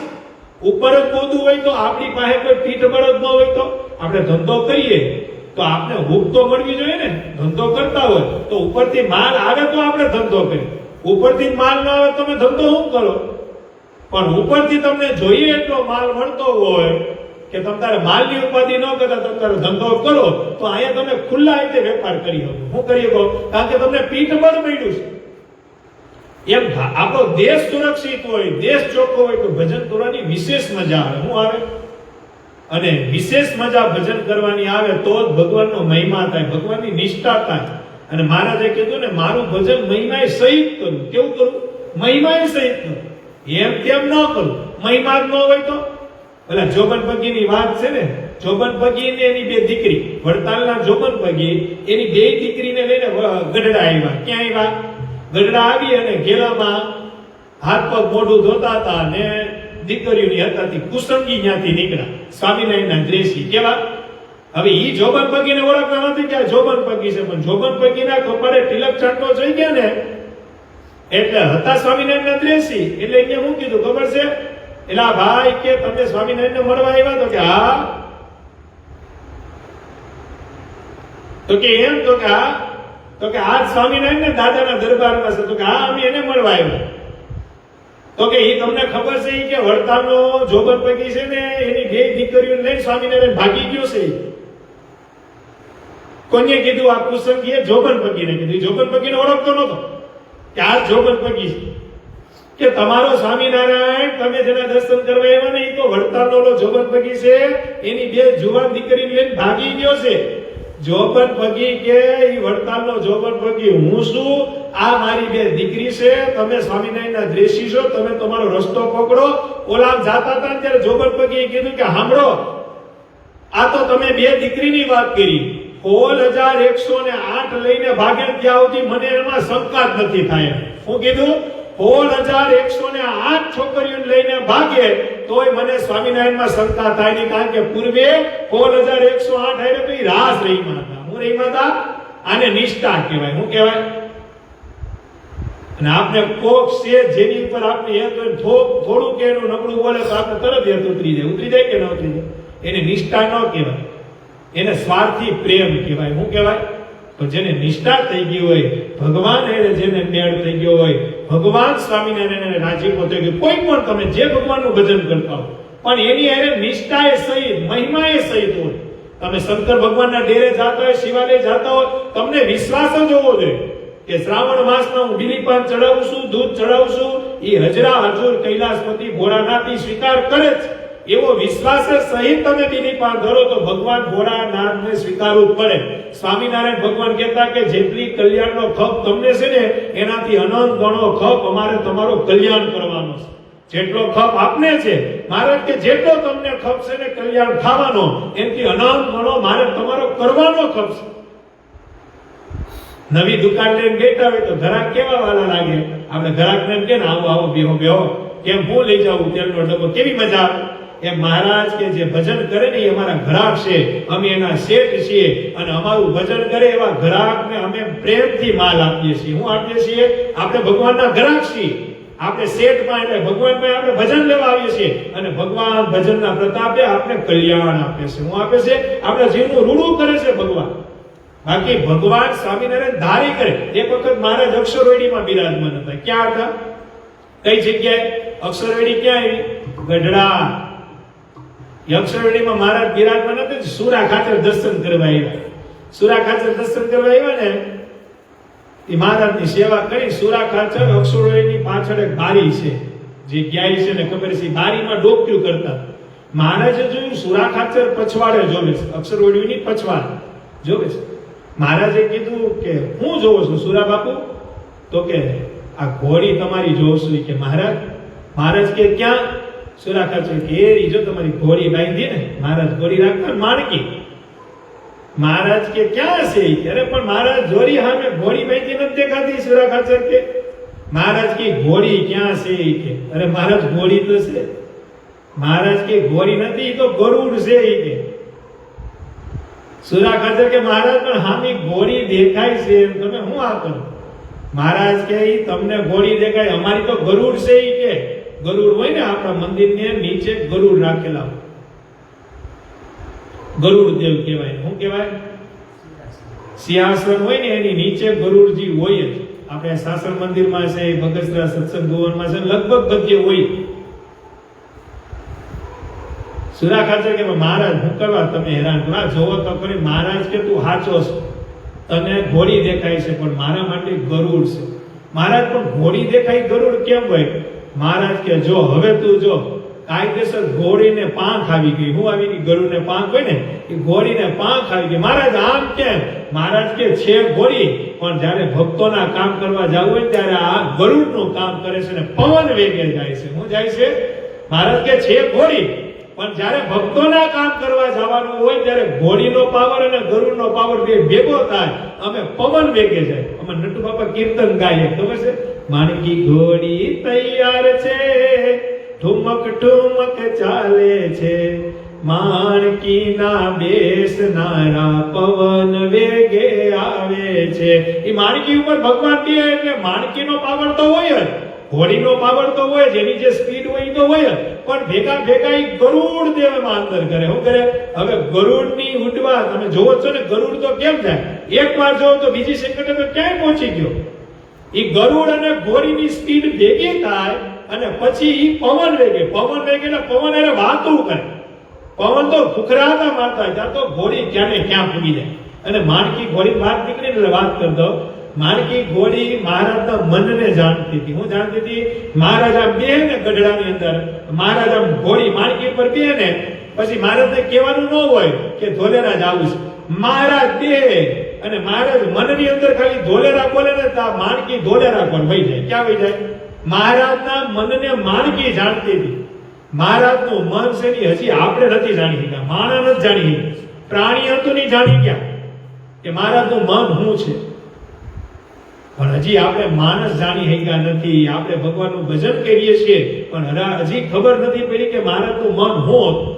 બહુ દુઃખની વાત છે. એટલે તો મહારાજને આ બધી ખબર હશે ને કે 200 વર્ષ પછી એવું ધર્મ થાય, અમારા સંપ્રદાયના ભાગલા પડશે. એટલે મહારાજે તેદી કીધું હતું કે ભલા થઈ મારા દાખલા હમું જોજો, બીજું કઈ કરો કે ન કરો, આમાં ઉમેરો કરો કે ન કરો, પણ મારા દાખલા હમું જોજો. મેં જે કર્યું એ તો યથાવત રાખજો. એટલે ભગવાનને ખબર જ હોય ને, આ શ્લોક લખ્યા ત્યારે ખબર હતી, તો આ બધી ખબર જ હતી કે 200 વર્ષ પછી શું થવાનું છે. એટલે જ મહારાજે કીધું હતું કે મારા દાખલા હમું જોજો. કેના દાખલા હમું જોજો? મહારાજ કે મારા દાખલા હમું જોજો. બાકી ભગવાન તો કરતું માં કરતું, અન્યથા કરતું. સર્વના કારણ, સર્વના ધામી, સર્વના નામ. એક વખત મહારાજ લીંબુ તરવી બેઠા હતા ગઢડા, ગોપીનાથજી મહારાજ, ભગવાન સ્વામિનારાયણ લીંબુ તરવી બેઠા હતા. પીઠવડીના ભગો અને મૂળો આવ્યા. પીઠવડીના ભગો અને મૂળો જુડવા હતા. મહારાજે વચનામૃતમાં લાગ્યો ભગવાને જોવો તો મૂળો ભૂલાઈ જાય, મૂળાને જોવો તો. અને આજે આપણે આની પહેલા વાત કરી હતી, લાલજી મહારાજના હજુરી પાર્ષદ છે આપણે ગઢડાના, મહેશ ભગત ને મુકેશ ભગત. એ બે એકબીજા ફરી જાય તો ખબર ન પડે કે મહેશ ભગત કોણ છે મુકેશ ભગત. અત્યારે સુરત રહી છે લગભગ, પણ મૂળ ગઢડાના, બરોબર ને? મૂળ ગઢડાના. પણ લાલજી મહારાજનો મોટો ઉત્સવ સમયો કે સુરત ગયા હોય કે ગઢડા આવ્યા હોય એટલે મહેશ ભગત અને મુકેશ ભગત પાર્ષદ થઈ જ જાય. એ તમે અહીંયા જમણી કોર ઉભા હોય ને એમ કે હું મહેશ ભગત છું, અને ફરી જાય ને તો તમને એમ જ લાગે હજી મહેશ ભગત જ જોઈ પાસે. બે જુડવા એમ ભગો ને મૂળો. મૂળાને જોવો તો ભગો ભૂલાઈ જાય, ભગાને જોવો તો મૂળો ભૂલાઈ જાય. એ ભગો અને મૂળો એ વરસાદ ખેંચાણો, ભાદરવો મહિનો જે વાવણી બધી થઈ ગઈ હતી, ખેડૂતનું ગામ પીઠવડી. એટલે બધાએ કીધું કે તમે શેઠ બે ભાઈઓ જાઓ અને મહારાજને વિનંતી કરો ને એમ કે વરસાદ પાડે મૂળ રોકાઈ ગયા છે. ભગવાન મૂળો કે હારું હવે જાય મહારાજને પ્રાર્થના કરીએ. અને પીઠવડીથી એ ગઢડા આવ્યા, ગોપીનાથજી મહારાજના દર્શન કર્યા. મહારાજ પછી દરબારગઢમાં બિરાજમાન હતા, જઈને મહારાજને દંડવત કરી, મહારાજને પગે લાગ્યા.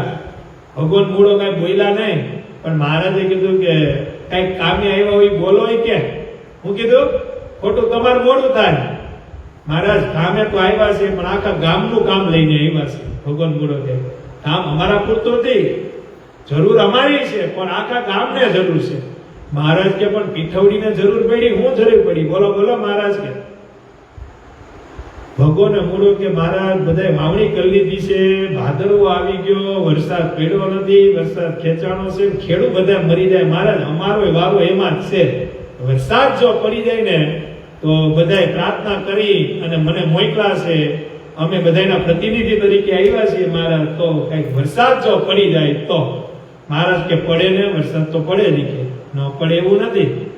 મહારાજ કે આમ આકાશ સામું જો ને વરસાદ હમણાં પીઠવડીમાં પડે, ન પડે એવું નથી. મહારાજ ભગવાન મૂળો કે મહારાજ અમને ખબર જ છે, તમે જોવો ને પડશે, પણ પાળો તો થાય ને. મહારાજ કે તમારા ઘરમાં મોદીખાનું ખાલી થઈ ગયું હોય, ભગાને મૂળાને કે તમારા ઘરમાં મોદીખાનું પૂરું થઈ ગયું હોય તો વેપારી દુકાન જવું પડે ને. મારે જવું જ પડે ને, તેલ લેવા, ઘઉં લેવા, ચોખા લેવા જવું તો પડે ને. તો મહારાજ કે તો ત્યાં જઈને તમે એમ કહો ઘઉં આપો તો ઓલો આપે ને, તો આપે જ ને. આપ્યા પછી વેપારી શું કે મહારાજ પૈસા માંગે ને વેપારી, તો ઘઉંના તેલના મુફત થોડા કોઈ આપે. મહારાજ કે જો ઘઉંના તેલના પૈસા બેસતા હોય તો વરસાદના પૈસા બેહે કે હું બે પૈસા તો બેહે. તમે વેપારીને કેમ આપો છો? એમ અત્યારે હું વેપારી છું, તમે અત્યારે ગ્રાહક બનીને આવ્યો છો, વરસાદ જોઈએ એટલો પીઠવડીમાં પણ એના પૈસા બે. મારે તમે કઈ વાત? મહારાજ કે પણ સીધી વાત છે ને, હાલો વરસાદ તો ઓણ છે જ નહીં, ઓણ ક્યાંય વરસાદ પડવા નથી, વરસાદ ખેંચાણો જ છે, પણ તમારા પીઠવડીમાં પડે એમ છે વરસાદ. અત્યારે આકાશને આજ્ઞા કરું, આમ ઇન્દ્રને આજ્ઞા કરું એટલે એમાં વરસાદ પડે, પણ પૈસા બે હોય એમાં વ્યવહારે કાબડો કાઢો. મહારાજ તમે ભગત હાચા, હું ભગવાન હાચો, પણ આમાં પૈસો બે. એટલે ભગવાને મૂળો કે મારે તો કેટલા બે, એને એમ કે 2 રૂપિયા 5 રૂપિયા બેતા છે. અને ભગવાને મૂળો આર્થિક રીતે બહુ સુખી હતો, બહુ સુખી હતો. મહારાજ હતો ભાવ કી એટલે મહારાજ કે તમે કેટલા ધારો છો? મહારાજ તમે કયો 5 રૂપિયા 10 રૂપિયા. મહારાજ કે ના રે ના, એમ થોડો કે વરસાદ ખેંચાણો, અત્યારે તો ગરજનો ભાવ છે એમ કઈ 10-20 રૂપિયા. મારે તો કેટલા? મહારાજ કે 500 રૂપિયા થાય. કેટલા રૂપિયા થાય? 500 રૂપિયા બે, 500 રૂપિયા પાડો એટલે તમને પીઠવડી ન પૂગવાનું. ભગવાને મૂળે વિચાર કર્યા કે વરસાદ પડશે તો આખા ગામનું સારું થાય, અને આપણે 500 દેવો તો જાહેર તો ભગવાન પાસે, એટલે આપના તો 500 ના 2500 ને દેવાના જ છે, એ થોડા કોઈને રાખવાના છે. કેવા હોશિયાર! 500 ના 2500 આપને તો દે, અને વરસાદ પડશે તો આપણી વાડીઓમાં પડવાનો છે ને આખા ગામમાં પડવાનો છે ને. આ ગામ વાળાને ભગવાનની પ્રતીતિ થાય કે ભગવાને મૂળો મહારાજ પાસે ગયા તો એના ભગવાન સ્વામિનારાયણ વરસાદ પાડ્યો. ભગવાન મૂળાએ કીધું મહારાજ આ 500. મહારાજ કે 500 સ્વીકાર. હવે હાલમાં મંડો પીઠવડી નીકળું બંધ, પાણી ધોધમાર ચાલુ થઈ જાય ને પીઠવડીના ભગોને મૂળો નીકળ્યા. પીઠવડીનું પાદર દેખાણું ને ઇન્દ્રને આજ્ઞા કરી. મહારાજે આખું ગામ પાણી પાણી. ભગવાન 500 રૂપિયાના ભૂખા નહોતા, પણ મહારાજે પ્રતીતિ કરાવી હતી. આપણું આપેલું એને શું આપણે આપ્યું? આપણે મનુષ્ય દેહ આપ્યો, આપણે અન્ન આપ્યું, વસ્ત્ર આપ્યા, ધન આપ્યા, આપણે એને આપી પણ શું દે? પણ મહારાજ માત્ર નિમિત્ત બનાવે. હું બનાવે?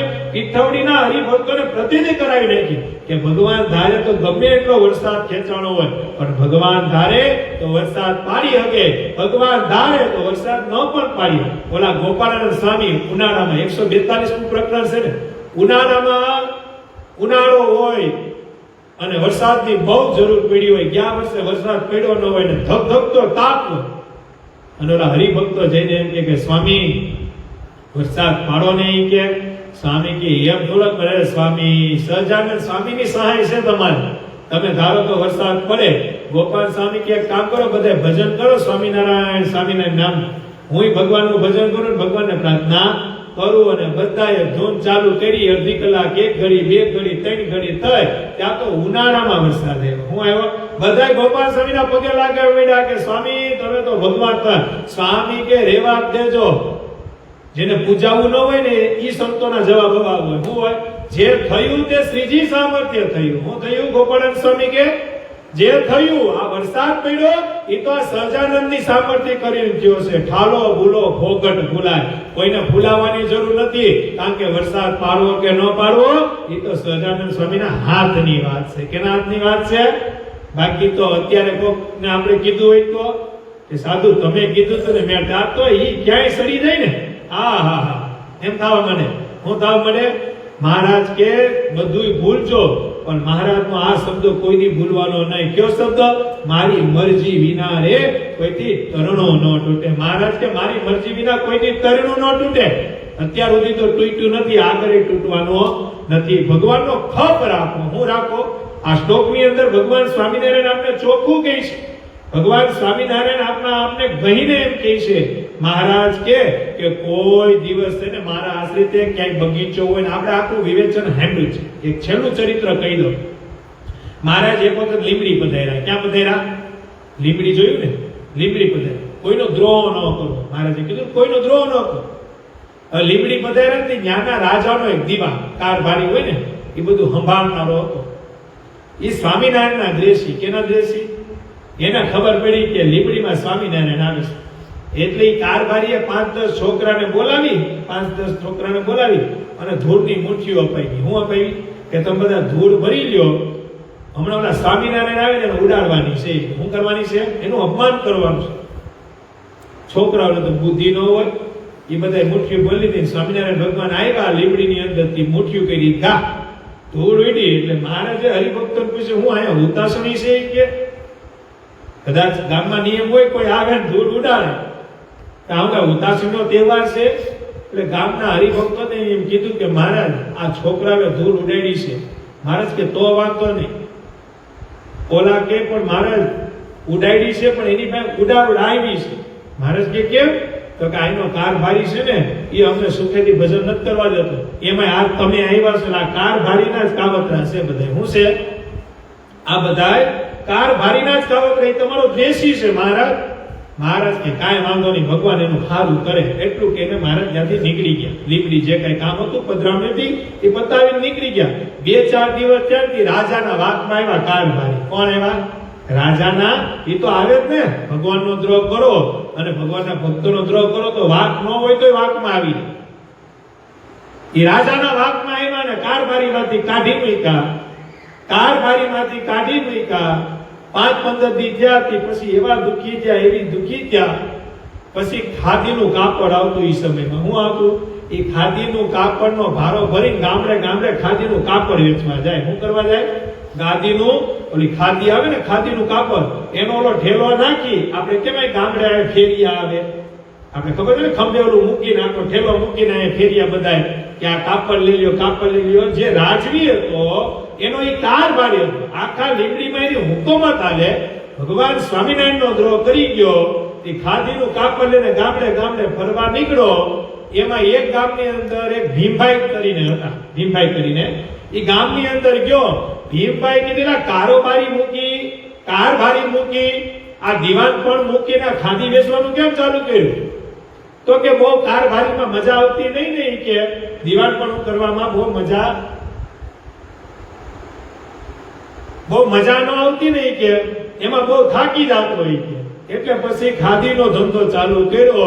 ભીમભાઈ કે કારભારી બંધ થા, આ ધંધો તે ચાલુ નથી કર્યો પણ સ્વામિનારાયણનો દ્રોહ કર્યો ને તો ધૂળ ભેગો ધૂળ થઈ ગયો છે. હું થઈ ગયો છું? સ્વામિનારાયણનો દ્રોહ ન કરાય, મોટાઓનો દ્રોહ ન કરાય, મહાપુરુષોનો દ્રોહ ન કરાય, સાચા સાધુનો દ્રોહ ન કરાય, ભગવાનના ભક્તોનો દ્રોહ કોઈ દી કરાય? મહારાજ કે કોઈ દી ન કરાય. કારણ કે દ્રોહનું પરિણામ હંમેશા ભૂંડું હોય છે. માટે વાલા ભગવાનના ભક્તો, આજના શ્લોકની અંદર ભગવાન સ્વામિનારાયણ મને તમને એક જ વાત સમજાવે છે. મહારાજ કે શાસ્ત્ર તેમને મળમૂત્ર કરવાને અર્થે કોઈ એવું દેવાલય હોય, બગીચા હોય, નદી હોય, તળાવ હોય, જંગલ હોય, કોઈના બગીચા હોય, ત્યાં મારા આશ્રિતે કોઈ દી મળમૂત્ર ન કરવું. અને ભગવાન સ્વામિનારાયણ કે જ્યાં ત્યાં મારા આશ્રિતે કોઈ દી થૂકવું નહીં. એટલે આજ આપણે 32મો શ્લોક અહીંયા વિરામ કરીએ છીએ. કાલ ભગવાનને પ્રાર્થના કરી 33મા શ્લોકમાં આપણે ભેગા થવું. પણ એ પેલા 6 ધામની ધૂન અને મેં વાત કરી એમ અમારે બગસરાથી ઘનશ્યામ ભગત આવ્યા છે અને ભગવાને એને કંઠ એવો આપ્યો છે. બધાય આપણે કાંઈ એની બાયોડેટા દેવાની જરૂર લગભગ ધર્મકુળ આશ્રિત નહીં પણ લગભગ ગામે ગામ એ બે ભાઈઓને બધા ઓળખે છે અને મૂળ પરંપરામાં મૂળ પક્ષ રાખી અને ભગવાન અને ધર્મકુળને રાજી કરે છે. તો એના મોઢે આપણે કીર્તન સાંભળવું છે 6 ધામની ધૂન તાલીકે સાથ. પછી આપણે ઘનશ્યામ ભગતને કહેવું કે 5-10 મિનિટ કીર્તન આપણે ભગવાનને સંભળાવે. ઓનલાઈન પણ બધાય સાંભળશે, રાજી થાય. અમારા ઘનશ્યામ ભગત ઉપર લગભગ રાજી હોય ગામે ગામ હરિભક્તો. સમજી ગયા? અમરીશ ભગત કરતા અમારા ઘનશ્યામ ભગત ઉપર તો બધાય રાજી હોય. નામ એવા ગુણ છે ને ઘનશ્યામ ભગત ઉપર બધા રાજી હોય. એટલે 6 ધામની ધૂન અહીંયા બેઠા લાઈવ આપણે બધા તાલીકે સાથ. સ્વામિનારાયણ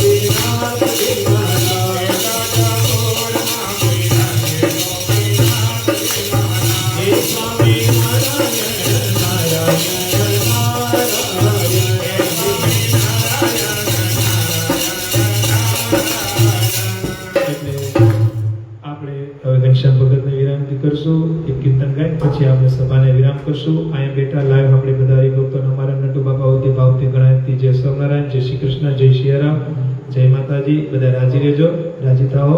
એટલે 5 મિનિટ કીર્તન, 10 મિનિટ આપણે ઘનશ્યામ ભગતનું કીર્તન ગાઈ સાંભળી અને પછી આપણે સભાને વિરામ કરશું। સહજાનંદ સ્વામી મહારાજ।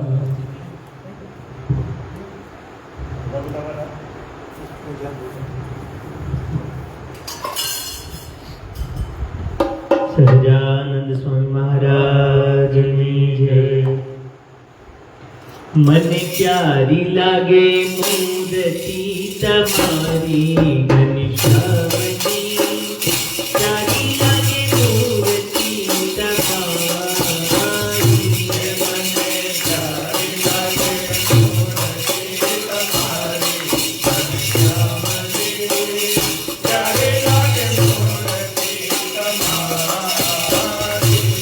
મને પ્યારી લાગે મૂર્તિ તમારી ઘનશ્યામજી, પ્યારી લાગે મૂર્તિ